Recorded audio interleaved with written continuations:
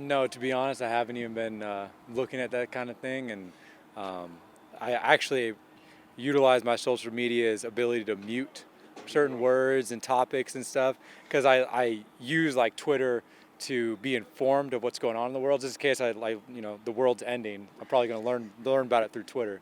But I try not to pay attention to too much CFL news and all the things that go on in the media. So I have a lot of that stuff muted, so I don't even see most of the things that go on with our team, at least through social media. Fair enough.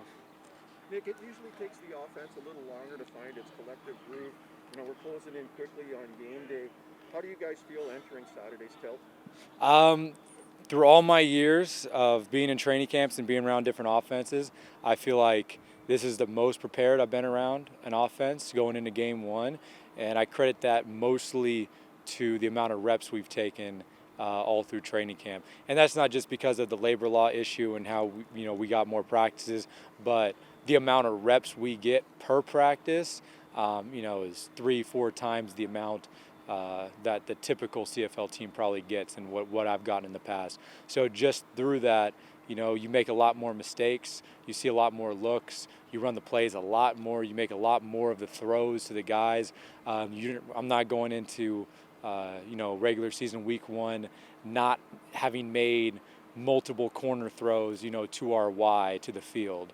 Where I just remember like in years past, we're going into that first game. I was like, all right, we haven't hit a corner to the field to this receiver in all camp. We just haven't had that opportunity. Let's get reps of that now. That we don't have that issue here. We've are as prepared as possible for week one. Is that because of coach's practice approach and the combination of a lot of professionals who want to get the job done?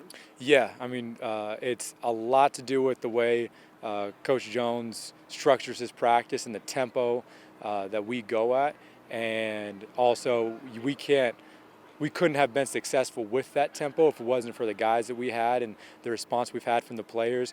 Because if you don't have the receivers that are in shape or ready to execute, running 12 plays in a row every 25 seconds, running a corner out, come back, running a go route, coming back, running a deep out, over and over and over again. If you don't have the guys to do that, then the practice structure doesn't matter. But we did, and we were able to execute a lot through camp on all the things that we needed to. You did a lot of watching last year. Back in action on Saturday. How excited are you about that? I'm very much so.